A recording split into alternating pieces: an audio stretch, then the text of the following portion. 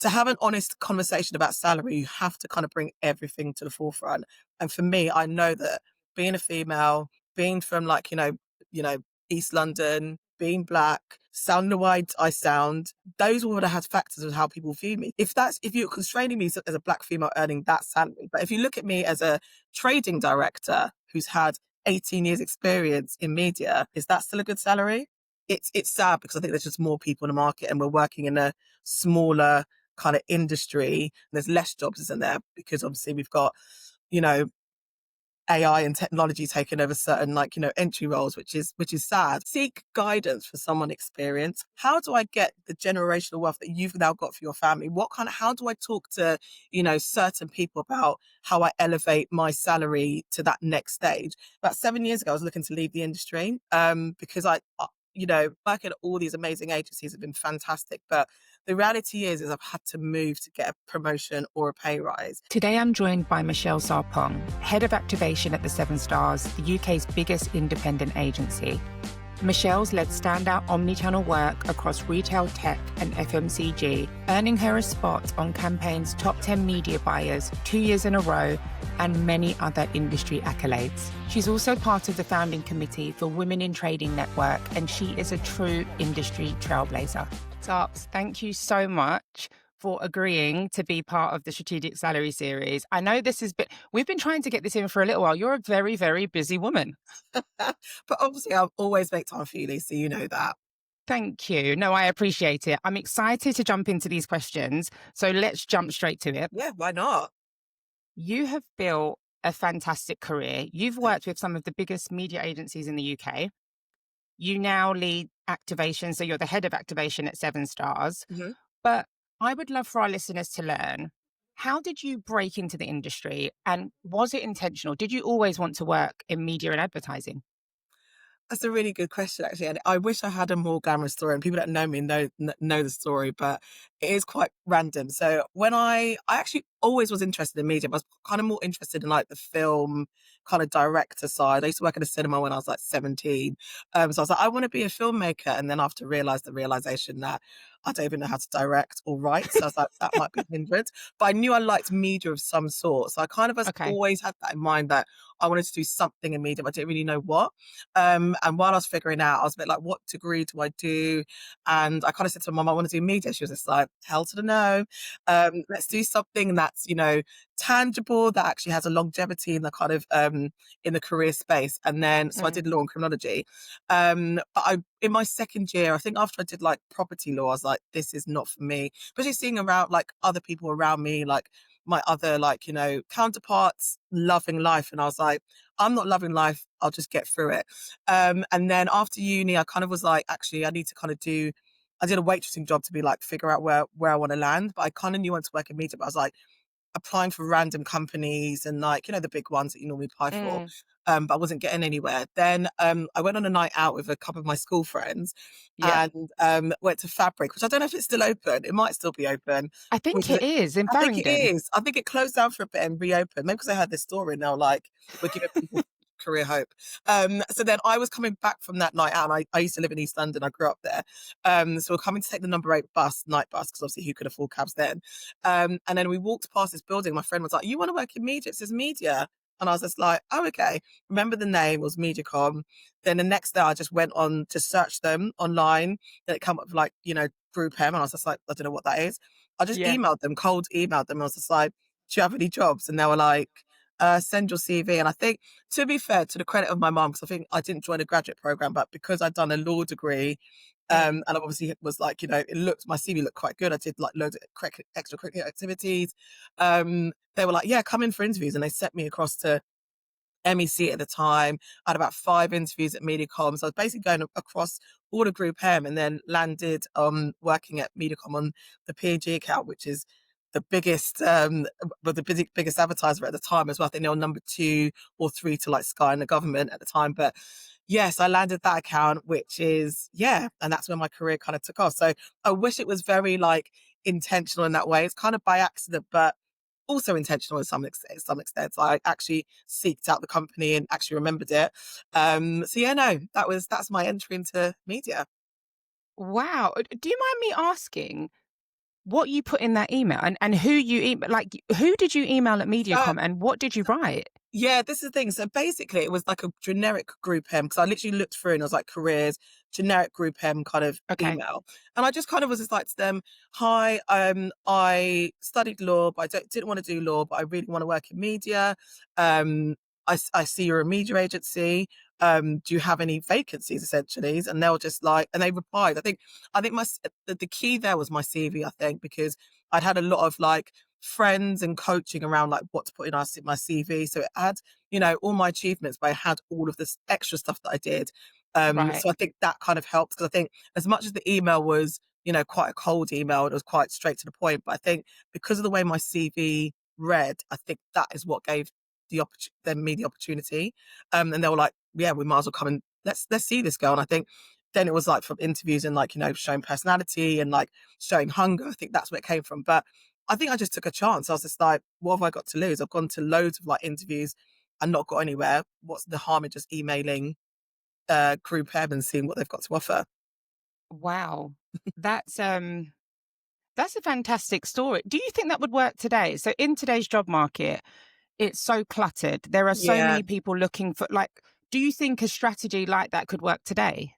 I'm not I don't know because there's talks about like, people doing like using AI to kind of read CVs and looking for certain words and keywords. So I actually don't think that would work today. I think like, the job market across the industry and not just ours, across like Mm. other categories are really struggling. And I think, there's arguments of whether like going to university is profitable anymore because actually it's like getting people into debt. And actually, like me, I didn't actually do anything to do with my degree. So how worthwhile is it? And actually, obviously, to encourage more diverse people within the workforce, like is university a fair metric to kind of benchmark people on? So I actually don't know if that would work. I think it's sad because I think there's just more people in the market and we're working in a smaller kind of industry. So actually there's more people in the market looking for jobs and actually it's just Yeah. hard and there's less jobs isn't there because obviously we've got, you know, AI and technology taking over certain like, entry roles, which is sad. But yeah, I don't actually think that would work considering I know so many Mm. people currently who are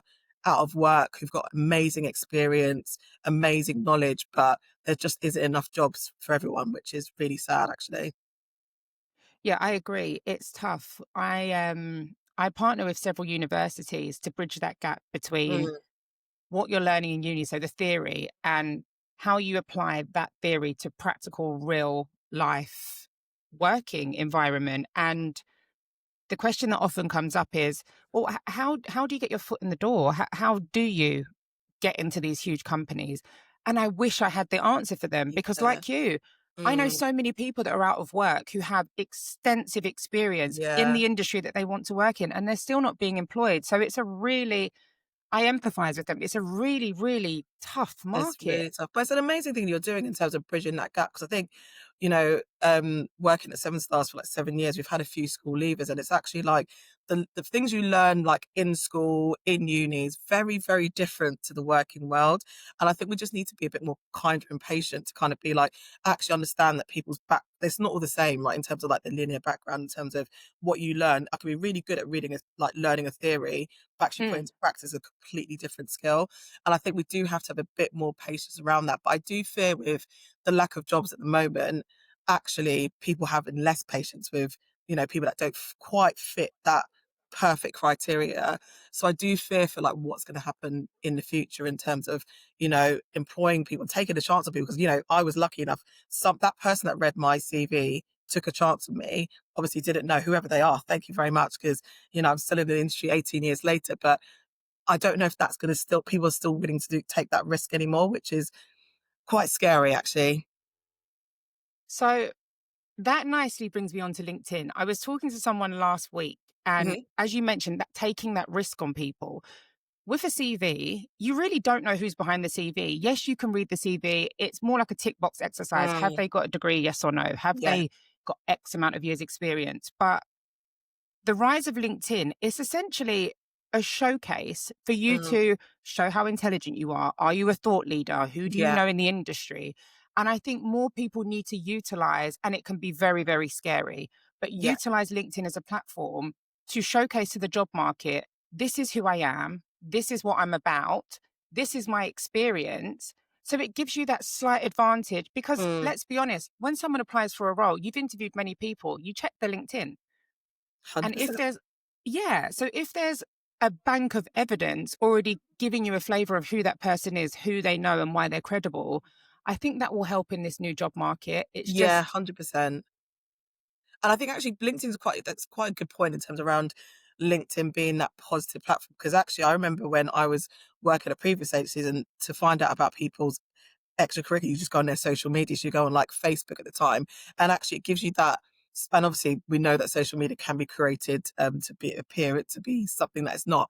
So actually, having LinkedIn, and I think this is why I try and encourage people in terms of like their LinkedIn, it should be that extra layer to actually show the vast things that you do. Because I think been lucky enough to work. I started off in publishing, then I moved into digital, then now I'm heading up activation, which is across like ops, AV, search, social. So actually I use my LinkedIn to kind of almost demonstrate to people that like I have got credentials in those spaces as well. Like you may think I'm, publishing or I'm digital or I'm trading, but actually I use the platform to be like, oh, actually I've done this talk on, the change in habits around search. And actually people then go, oh, then I don't pigeonhole you in certain things. So I think people like to pigeonhole people and, they think they know you, but they actually don't. And actually I'm like, I can still learn, we all assume that when you're younger, you're always hungry to learn. But I think I always love to learn from other people and learn in my roles in what I do. So I've always used it to be like, these are the teaching moments of like, I've learned, I've pivoted into this space and this is the things I've learned. So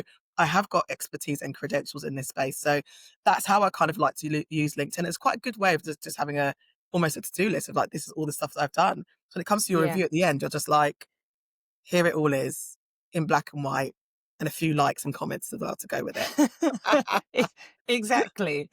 Keep it on the topic of LinkedIn. Is there something that you can tell our listeners that they can't gather from your LinkedIn or CV? Mm. So something that we wouldn't immediately be able to pick up? Yeah, I think I'd like to say it's like a love of sport and football, but I always try to weave that in my LinkedIn post. But I actually write for a black-owned kind of like publication called I'm Okay. History. So I think that's the one thing that I kind of do on the kind of side, which is amazing. I think for writing, pieces to kind of celebrate like Black culture, Black history. I think it's something that I'm quite passionate about. And I'm quite happy to kind of like do to help like push certain publications and stuff forward. So that's really the thing that probably doesn't come out in my LinkedIn profile as much. But yeah, I write pieces for them every so often as well.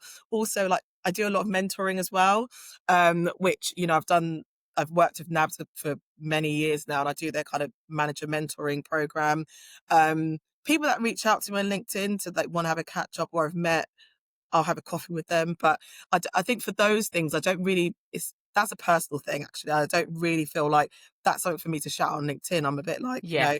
people that know me will know that they can reach out to me. I've had a coffee with them. I've helped them with any questions or any kind of career advice that they may need. But I feel like that's quite a personal thing that I'm actually doing it for the person. And that's not something for me to shout about to then also, I don't know, it's not a self-promotion thing. So I do think there's a element in this day and age where people are doing certain things to almost self-promote. And actually I want it Yeah. to be, one thing I always want to be is authentic in how I support or help people. So those are probably the two things that I do that probably doesn't come out in LinkedIn as much unless you talk to me or you've reached out to me, I think.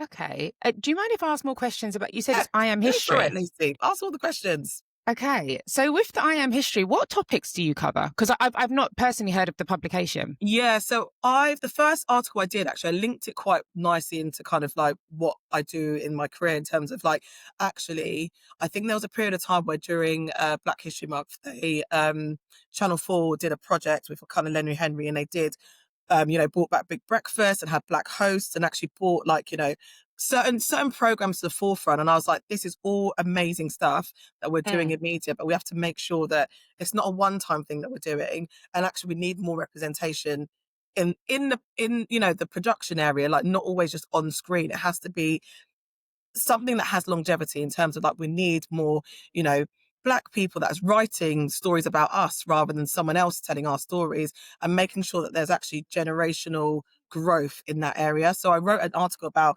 this is a fantastic initiative, but we do need to make sure that we're looking at the representation of color behind the screen as well. Hmm. And obviously I touched upon I love sports. So actually I've written like, certain articles in terms of like the top black like female footballers that's influenced the football culture.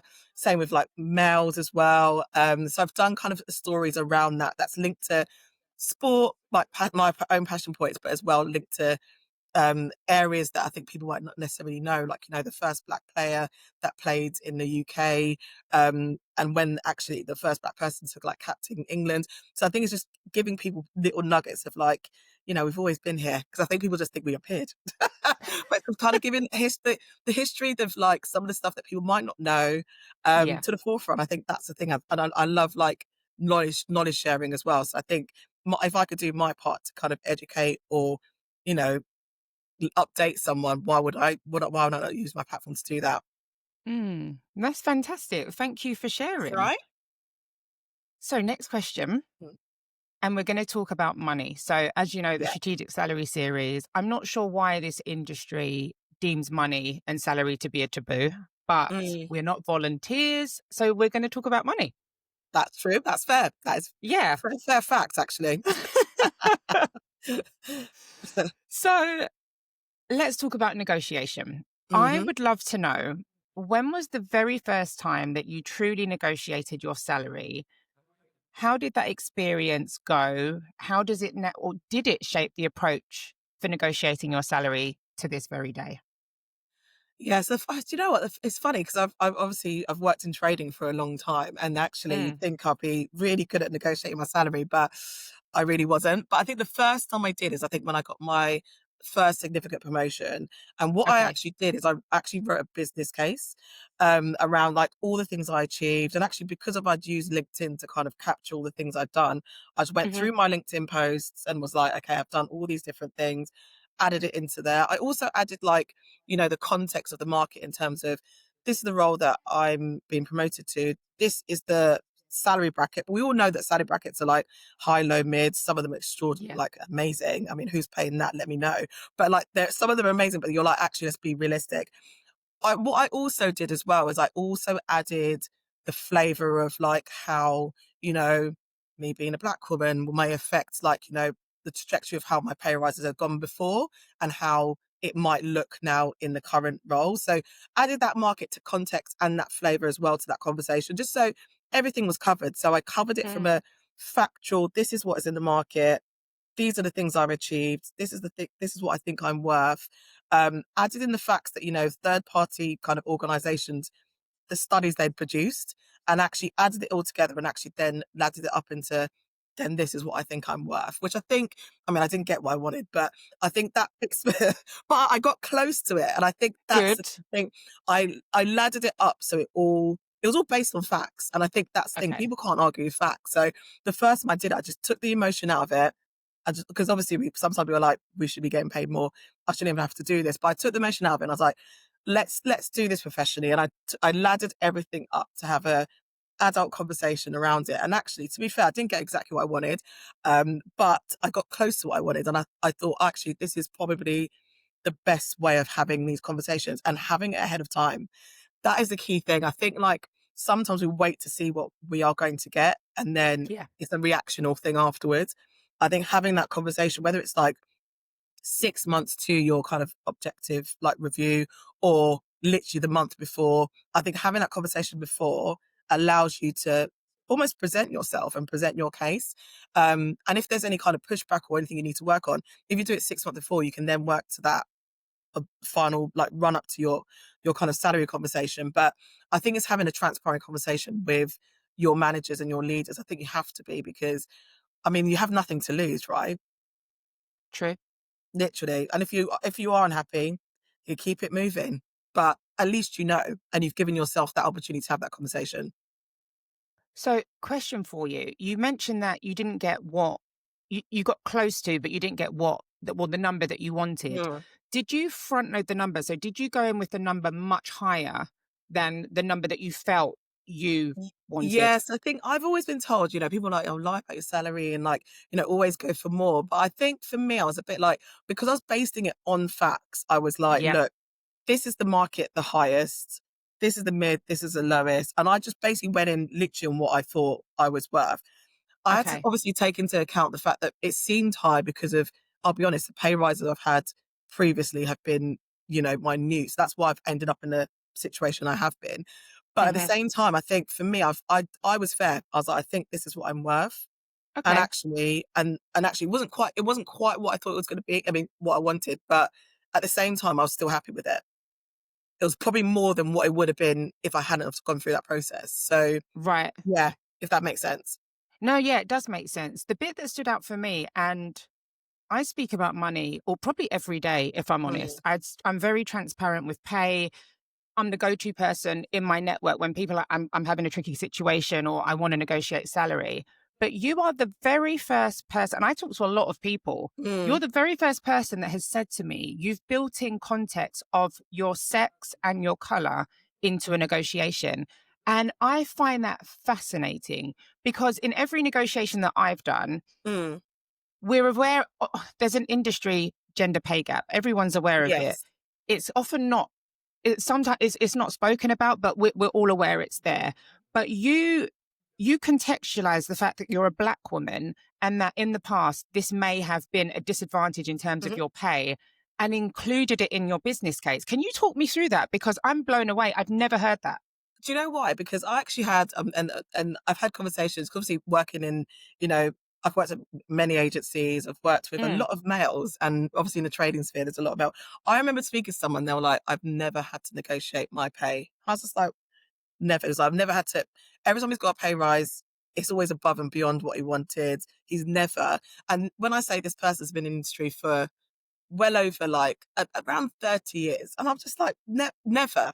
And that for me was the first thing that I was like, I have to start looking at this differently in terms mm, of actually the way I've been operating hasn't been serving me. So I was like, I need to build in every single thing that would have factored into why I'm where I am today. And I right. think we have to, be honest, that we know there's a pay, like gender pay gap. Everyone talks about how they want to, make sure they're fixing it and like moving towards the right way. But ultimately I was like, you're saying it, but are we actually doing that? And I think Mm, using that kind of knowledge that I know someone has never had to negotiate their kind of pay review, I'm going to use this as fuel to be like, let me contextualize everything for you. Because I think, people do like, live experience. Like people won't think they're doing it. Like, they won't believe. Like I've had loads of people going, oh, do you think that your sex and your race has had an impact on your career? And I'm like, yeah, but they don't see it because they look at LinkedIn, they look at certain things. They're like, oh, you're doing really well. I was like, now, yeah. but that's changed. And actually it's come from the fact that I'm working in a business that have recognized it. So that's a difference, right? But to have an honest conversation about salary, you have to kind of bring everything to the forefront. And for me, I know that being a female, being from like, you know, East London, being black, sounding the way I sound, those would have had factors of how people view me. So I have to bring that to the forefront to then have an honest conversation and actually help people confront that. Like, if they do have like, unconscious bias, it's very much going, I know these factors might have affected certain decisions. Because, some people go, I remember once when I got a pay rise, they're like, you get paid really well for a manager. I was like, firstly, I'm not a manager. I should be a account director. But when people say that, you're like, but how have you come to that conclusion? What's made you Right. think that? Because then I know what's in the market. So that when you have certain conversations and comments like that, you have to bring everything to the forefront and just go, just in case you had this unconscious bias that, do you know what? As a black female, you're doing really, really, really well. Like you're earning really good money. I'm like, if you're constraining me as a black female earning that Right. salary, but if you look at me as a trading director who's had 18 years experience in media, is that still a good salary? It's so That's a true. mic drop moment. There we go. Think about It's that. so, And then other people think about it and they're like, oh, so I just hmm. literally had to take the opportunity to be like, let's address everything. And actually from there, you do what you want to do. But I think it was a really refreshing moment, actually. I think like I probably would never have had the confidence to do that in previous jobs. But I think Mhm. with like, the support of like doing stuff on LinkedIn and actually growing in confidence in like my career, my skill set, I felt I was able to have that conversation.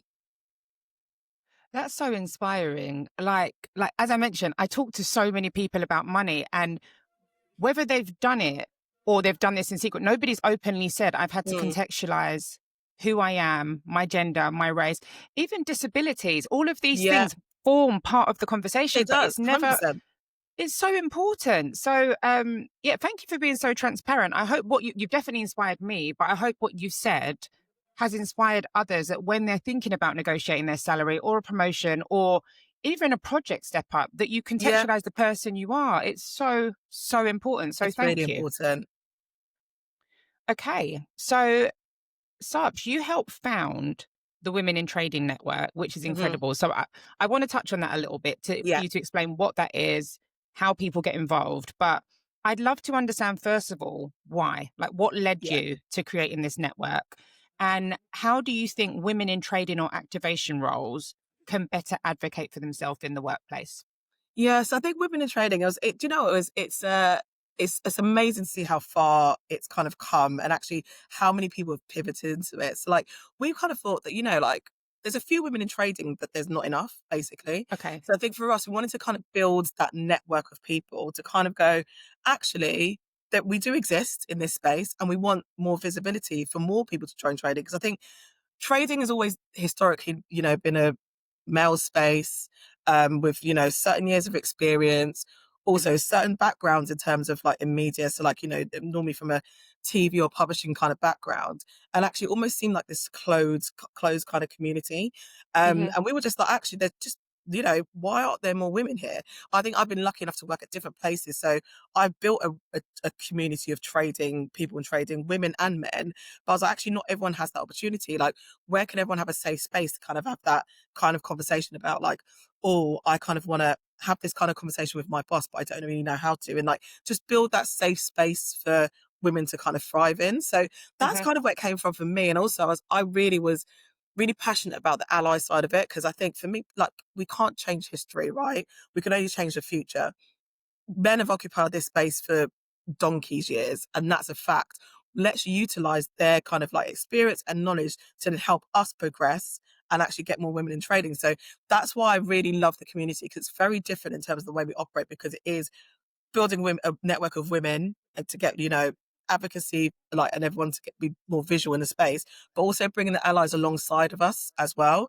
Really, really important. So yeah, it's amazing. And everyone's been really, really, really supportive of us, which is great. And actually we are seeing more women like interested in kind of joining the trading sphere, actually seeing Okay. it's actually accessible, which is actually amazing. So yeah, we've got a community of like 30 women currently, and looking to grow that in the new year as well, which we're really excited about. But yeah, it's been amazing. And I think it's been really good at just like, we're seeing that a lot of women are actually like in their organizations able to talk about it and actually engage in their kind of like community and their bosses in a different way. Just going, we're part of women in trading. Like their bosses want to pivot in and help. And it's Okay. almost brought up the conversation of how can we support you? I think because before people would just be plodding along in their day to day, living their best lives, but actually not asking a question of like, oh, actually, you are the only woman in trading in this organization. Are you okay? Like, are you okay? How can I help? How can I support you?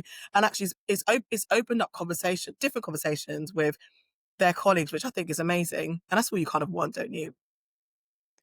Would you say so? What's the setup of women in trading? How often do you meet? What Yeah. kind of is it skill sharing? Do you like how does it work? Yeah, so we have a community that lives on WhatsApp at the moment. We have Hmm. monthly open door sessions where we have different topics and we kind of just discuss it as a community. And actually that's Okay. dictated from us or our members.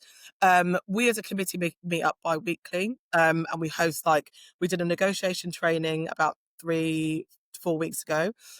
We hosted like a kind of panel event where we had like inspirational women just talking about their own career journeys and how they've navigated it as well. So it's a mixture of that, and we'd obviously do some fun social stuff. We had drinks literally 2 days ago. That's when my voice is slightly hoarse. And that's just a Christmas drinks to kind of toast off the year. So we do various things to make sure that we are providing that space for everyone to kind of connect. And also build as well. And actually, I think we've got certain things planned for like next year, which we're trying to give like, we're going to launch a mentoring scheme as well, which that Okay. will be, I think, invaluable. I think we're connecting in like different ways, but I think that one-on-one connection with, someone who's had 18 years experience within trading versus someone who's got 5 years experience. There's so much learning across learning that can go on there.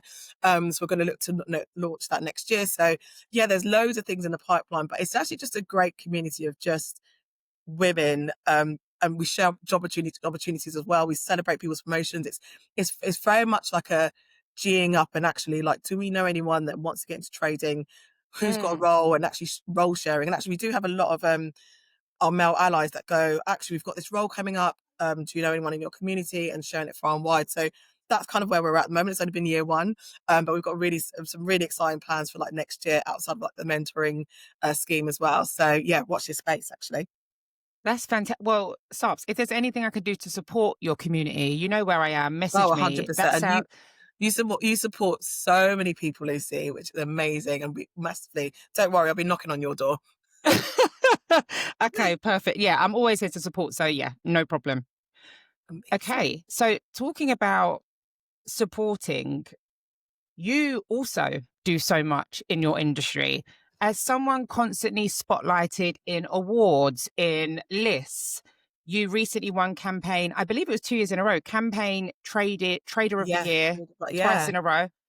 So, yeah, you're everywhere, which is fantastic.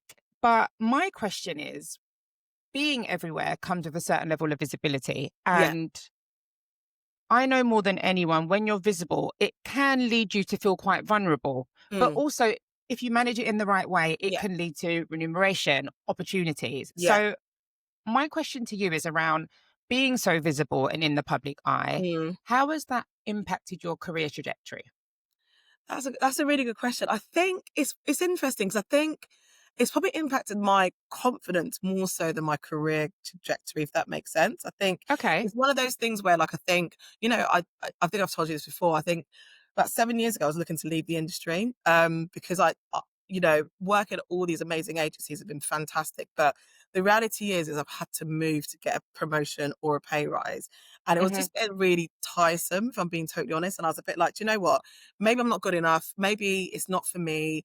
Maybe I need to go back to law. But then literally I was a bit like, came 7 stars, and actually they were like, oh, you're actually really good at, I actually moved into trading from 7 stars. They're like, actually, you're really good at this. And I was a bit like, oh, am I? And I was like, okay, fine. Let's just test this out. And actually then I started to then just be like, puts things out, and I'll be like, actually, I'm doing this panel, and actually I got quite good comments. I'll do a panel, people are like, oh, really enjoyed what you were saying, and actually you made a lot of sense. And I was like, oh, that's quite good. So then actually I think by me posting stuff, it's actually just helped with my own personal confidence, and actually career Mm, trajectory. I think it's helped in terms of, I mentioned before, in terms of moving into new spaces and moving into new roles. I think it's helped me in terms of, like, people don't necessarily just pigeonhole me into one thing.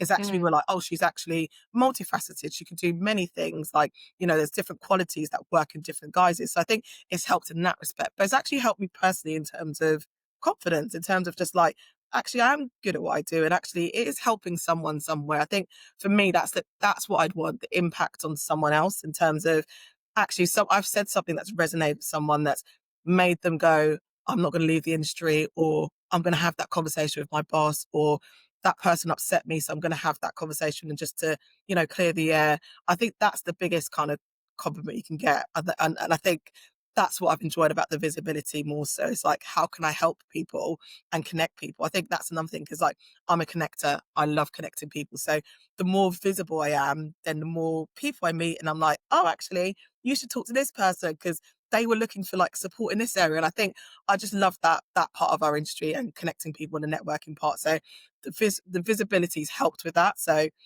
that's my kind of main priorities. I love that. The thing, I was going to say the thing with LinkedIn that's quite funny, but I would probably generalize this to humans Mm, humans in general. They can be quite strange characters. So you've mentioned that someone might have heard what you said or seen what you said and then thought, I can do that too and impact and I guess act on it. But there are very few people that will approach you and say, you know what, Sarps, what you said really helped me. And because of that, I went and done X, Y, and Z and it achieved this result. I was raised to be very grateful and yeah. transparent. So I would, just for example, the, you touched on you mentioned your gender and race in a negotiation. I told Mhm. you on the spot, that is inspirational. I'm Yeah. also going to do it. You will probably touch so many listeners basically saying what you said, but no one will tell you. So I want to let you know Yeah. today that you have done many, many things in this industry that have probably impacted way more people than you can ever imagine, but you'll never know. And the same with LinkedIn. I could put out a post. The number of strangers in a networking event that will Mhm. approach me and say, I really like that post. Did you? Because I didn't see a thumbs up. I saw the Yeah. impression. Like, and Yeah. I just think, and it's not a slight or it's not on them. I just think LinkedIn is such a unique social media network that people are scared to engage because their employers are watching. They don't know what they Yes. can and can't like. So they will scroll and stalk, but you'll just never know that they're watching you. So, yeah, from me to you, keep doing what you're doing. You're making an impact. Your ripples will be felt, but you just won't know. It's really hard to quantify. Yeah, do you know, I really appreciate that, and I think this is why I think on LinkedIn I try to make sure that I have an authentic voice. I mean, I do talk about Arsenal and football a lot, but I think for me, I'm a bit like, it's my passion, it's my love. And actually, sometimes will talk about, work stuff. But I think as well, I'm just like, actually, I've got another side to me that we can actually connect on a different level. So I Mm. completely hear what you're saying. I appreciate what you say in terms of like the impact, because I think we do get into this world of like, oh, someone didn't like it, someone didn't like repost, and it actually doesn't matter. It's like, as long as like it's impacted someone somewhere,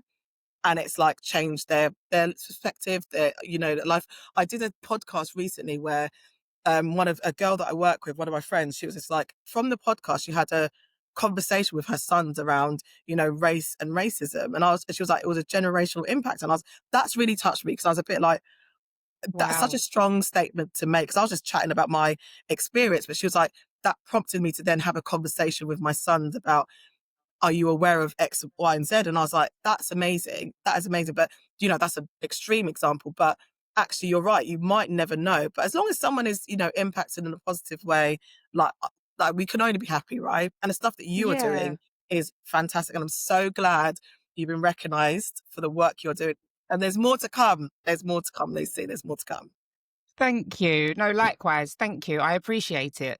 Now, wrapping up, I've Mhm. got one final question for you Yeah. before we move on to the random round, because I know you're extremely busy.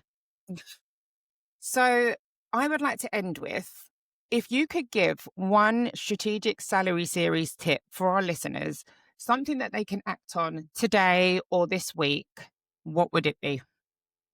So I think we touched on it before. I think seek guidance for someone experienced. Because I think I talked about the guy that I spoke to was like never negotiated a pay rise in his life. Then I also actually spoke Mm, to someone going, look, how do I, because like, I was like, how do I, you guys have been experienced in this industry. How do I get the generational wealth that you've now got for your family? How do I talk to, certain people about how I elevate my salary to that next stage? And actually, mm, he gave me some fantastic advice. And actually, it's learning from those people. So I think, don't sit there and be upset and bitter about, oh, this person's got X. Go and ask them. Just be like, so how, I want a piece of that pie. How did you get there? So don't be afraid to seek advice from people that don't seem like they work in your orbit, or they won't understand you because they're a white male. They've been there. So actually, some of their experiences of talking to certain people. So I think it's how you talk to people as well. Like, some people come with, to negotiate their salary when they've handing their notice, which they want to buy back, and that's not always going to work for you. So I think you have to have that conversation a lot earlier. So seek advice, think about what's the best way to engage that type of leader, that type of boss, mhm. and have a constructive conversation, an honest conversation around your salary, because you have nothing to lose. And all your cards are on the table, then you can make the right decisions from there. So that'll be my advice. Seek guidance from unexpected places. Lovely. I love that end note. Thank you. So So we are now moving on to the random round. So this is very quick fire love it. questions. Okay. First answer that comes into your mind is the answer that we want. Okay. Okay. Okay. Okay. Go. Ready? Yeah. What is your bedtime routine? My bedtime. Well, I don't even have one. I just crash into bed. Crash into, because normally late. I've probably been at 4 events. So I'm literally just like, quick, get at least 6 or 7 hours. Let's just dive in. Dive Okay. in. And you said you get 6 to 7 hours a night. Is that roughly Yeah. how much sleep you get? Yeah, roughly. Okay. Roughly. Yeah. That's a decent amount of I sleep. think that's a decent amount. Yeah. It probably explains why I'm late in the morning, but let's not go into that detail. Okay, we'll move on. We'll move swiftly on that. What is your go-to hot drink? Oh, hot chocolate. Oh my gosh. And if it's like near Christmas or a stressful day, add Baileys instead of milk. Hot chocolate. Oh, okay. Yeah. Yeah. That is, Um, yeah, that's my what favorite drink. any particular milk? How do you take your hot chocolate? Sugar, So now, syrup? so interesting. I used to have just normal milk, but actually if you add Hmm. oat milk, it makes it extra creamy. So now I just go Okay. a hot chocolate with oat milk is chef's kiss. But Baileys as well Okay. if you're feeling, festive. Okay. Most used emoji. The hands up one. This one. The hands up. Have I Yeah. not? What is that one? It's just that, when it's just like you put your hands up like your celebration. I'm so, You've definitely I seen don't. that emoji where you just go, hands up celebration. I'll WhatsApp it to you, you'll see it. Please do.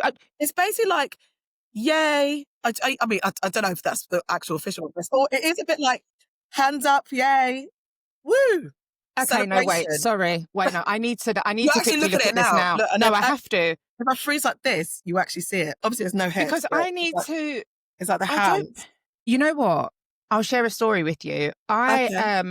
I thought that I was using an emoji for like a big grin, and on LinkedIn I put this huge grin under my colleague's post, and then she messaged me saying like, "What's awkward?"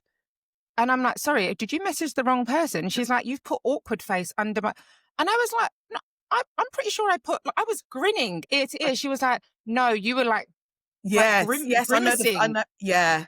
Oh, So maybe I'm reading the emoji wrong. Maybe I but you need to. know I'm what? gonna. It's okay. It's your interpretation of the emoji. Just don't use the aubergine. That Okay. one. Don't use that freely. That's the only one I'll warn you about. The rest, interpret it however you want to, Lucy. I won't judge. Okay, next one. TED Talk. If you had to deliver a TED Talk in an hour, what would the topic be? So no Arsenal. prep. Oh, Arsenal. Arsenal. Literally. I could talk about Arsenal football all day. No prep. Go. I probably should And have said what would something work related, but Arsenal came first. no, I mean Yeah, it Arsenal. I could talk about Arsenal all day, every day. Actually, and probably would be it 2 hours. too? Yeah, I could do 2 hours talk about Arsenal non-stop. And what would it be a positive? Would it be negative? Would it be That's a your really, do you know, trauma Liz, over Arsenal? that's a really, really good question. At the moment, it'll be positive because we're top of the league. Okay. So hopefully this year we might win something. Hmm. But we came second 3 times in a row. So that's a point of contention. But it'll be positive right now. Okay. And Arsenal's been through lots of trials and tribulations, the ups and downs. That's why I could talk about it for like 2 hours. Okay. So yeah, that'll be my topic, my chosen topic. My specialism. Yeah, I like Okay. it. Thanks for sharing. That's anytime. Okay. Okay. Next question. What's one thing that instantly makes you feel better? I was gonna say Nando's. Fair. Yeah, do you So, know what? It just makes me happy. I think like it's funny because when I first joined the industry, I worked with like 3 guys that were like 15 years older than me, and I was a bit like, they're like, "Where do you want to go for lunch?" I was like, "Nando's," and they're like, "What is this place?" And I kind of took them there, so it became a running joke in terms of like I mm, introduced them to Nando's. They were like, "It's just an elevated chicken shop." I was like, "But that's not the point. You can have different yeah. flavors for your chicken." But Nando's makes you happy. It gives me like a warm feeling. Warm feeling. Yeah. What what's your go-to order? Like, That's a do you great stick? question. So Okay. 5 wings, extra hot, Yep. pear chips, creamy mash, halloumi, and peronaise. I know that's double carbs, but I love Nando's, guys. I love it. So, question for you. This is Mhm. quite. I don't know if this issue is unique to me, but whenever I get wings in Nando's, if Yeah. they give me the wings and they're not like burnt to a crisp, they need to be really char Yeah, grilled. I send them back. yeah. How do you Oh, feel about that? um, yeah, the sending back. No, I don't know if I could do that. It's because I love Nando's Really? so much. Yeah, the only time I've ever sent chicken back is when they gave me plain instead of extra hot. And I was like, who goes to Nando's and orders plain? And someone's like, if you have kids, they can't eat. I was like, oh, that's fair. I'll take that back. Okay. But yeah, so that, yeah, the wings, I don't think I send it back. I just love them so much. Okay. And but Yeah. by sending them back, it's just go and put them on the fire for a bit longer and then return them to me. But you Yeah, can which I eat think them. that's, again, Lucy, this is your preference, you know? I'm not gonna judge you for it, but Okay. we love Nando's, so I just kind of always want them to feel happy that I'm happy enjoying their I food. mean, that's a loyal We've got a really commitment. deep Okay. relationship, me and Nando's, just Fair. so you know. I've probably spent Okay. 100 grand there in my lifetime, so I should get a black card. I don't know if they do that anymore, but if they did, they'd probably go bankrupt. So fair. I heard with the black card, you can't ask for one, you can only be given. Yeah, apparently only celebrities get it, and obviously they post about it, and I'm just like, one day, one day, Yeah. they'll give me a black card. I'm rooting for you. Thank you. I am too. Been praying every day. Thank you for sharing. Anytime. Okay. I think you might, you know what? I feel like you might already answer this question, but I'm going to ask it anyway. This is the final question. Yeah. If you had to eat one meal for the rest of your life and only that one meal, what would it be? You know the answer to that. So it's the answer that you just gave. It's Nando's. But to be fair, I'll And probably go if the rest of my life, I'll probably go in 10 wings rather than 5. Yeah, for the rest of my, just make sure that sustenance is okay. going. Yeah. So I go for Okay. 10 wings rather than 5. That's the only difference. But it'll be Nando's. Sarps, thank you for being so transparent with me. Thank you for sharing your insights. I've definitely found you inspiring. You know, I find you inspiring anyway, but I feel like I've been able to share you with more people. So genuinely, from the bottom of my heart, thank you. I appreciate you. And thank you very much for inviting me. Thank you for everything you do. You're amazing. And I think actually your recognition, literally with the MIFA Award, was like, unsung hero is a definition of you. And I cannot wait to see what you're going to be doing next year and years beyond. Thank you. I appreciate it. Well, we will probably meet up in the new year Oh, anyway, yeah. but until then, And I'll send the emoji. The emoji. no, please, immediately after, please, I need to see the emoji because I thought it was a hug. So yeah, please send it to me. We need to clear that up. But Sarps, thank you and take care. Yeah, you too. Thank you very much. If this podcast made you think differently or question the way you navigate your strategy or the way you approach a conversation, please do me a favor. Hit like, subscribe, and share. Your support will help others discover this podcast and keep the conversation going.